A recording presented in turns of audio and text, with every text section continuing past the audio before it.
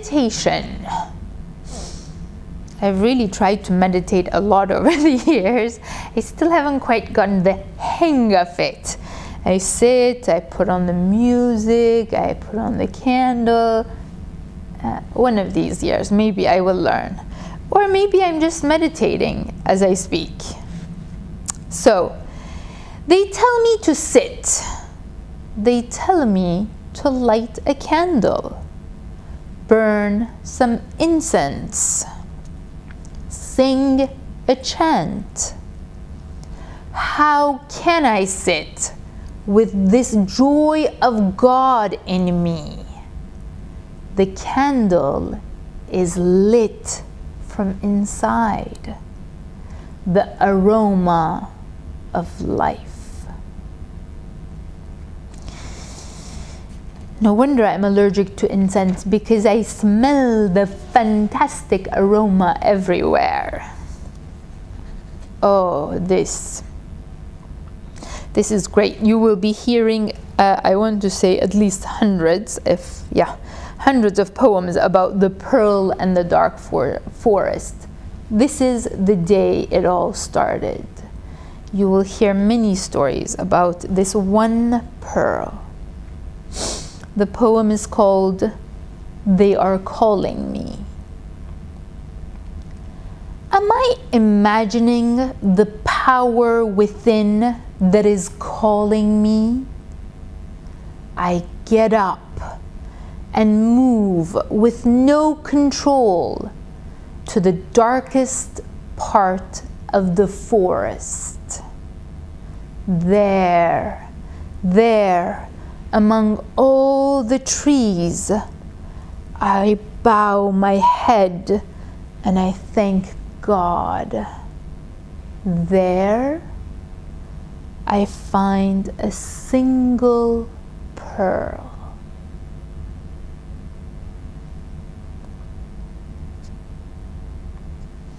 I don't need to say anything about my pearl. She keeps coming back.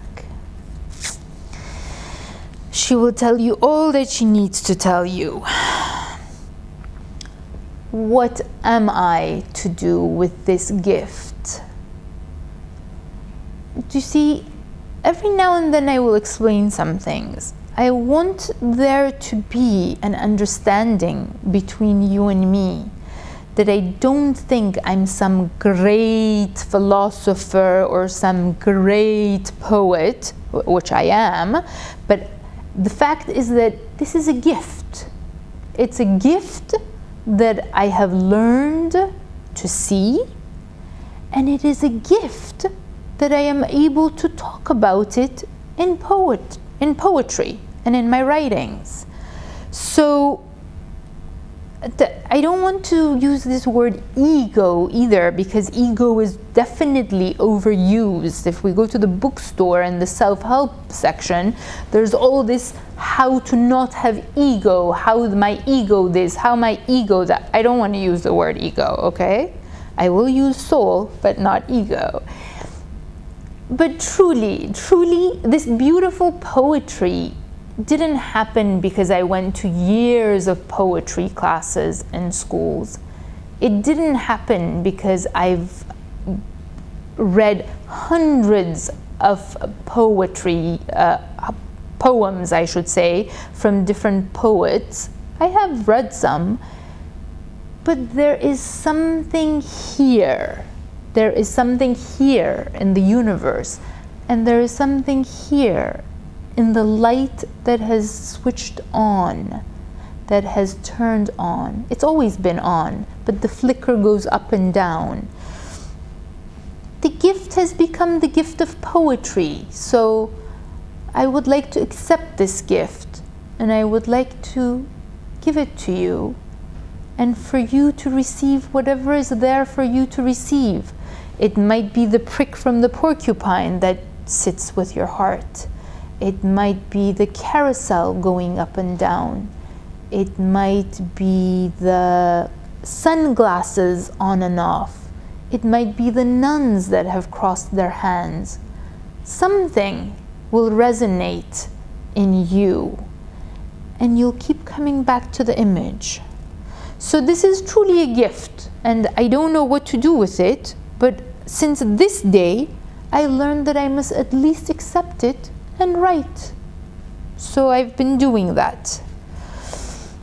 This gift was given to me with no hands. There was no wrapping and no card.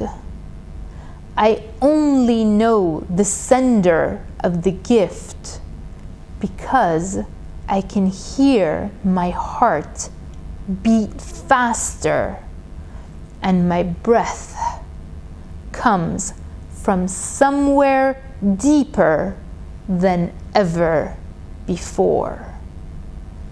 Thank you, God.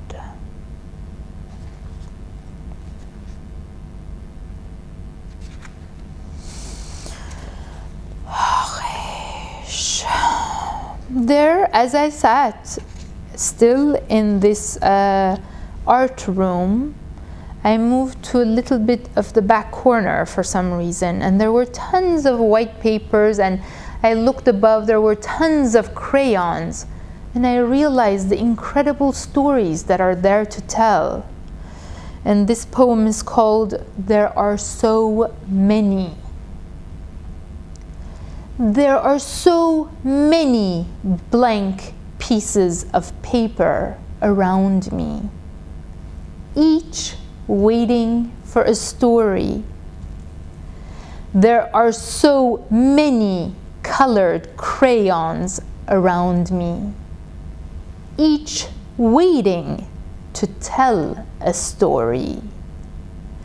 I know I am me, and yet I still wait for the story.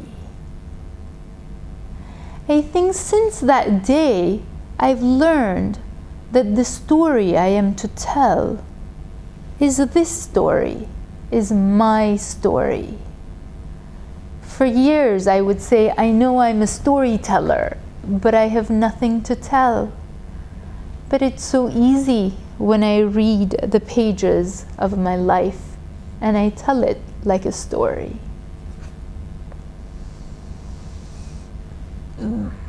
This is an incredible one. It's kind of like I'd rather not be than to be who I am not supposed to be, or listen to it. The detached head. For some odd reason, I imagined, and this is, this is truly true, I imagined this and I write, a detached head in the middle of a field. And I wrote, the neck that carried the head on the body of the unmerciful was tired. She would rather be detached with the possibility of being found by a grateful soul. The head lies on the field in anticipation of the soul. I guess this is why I write about the soul.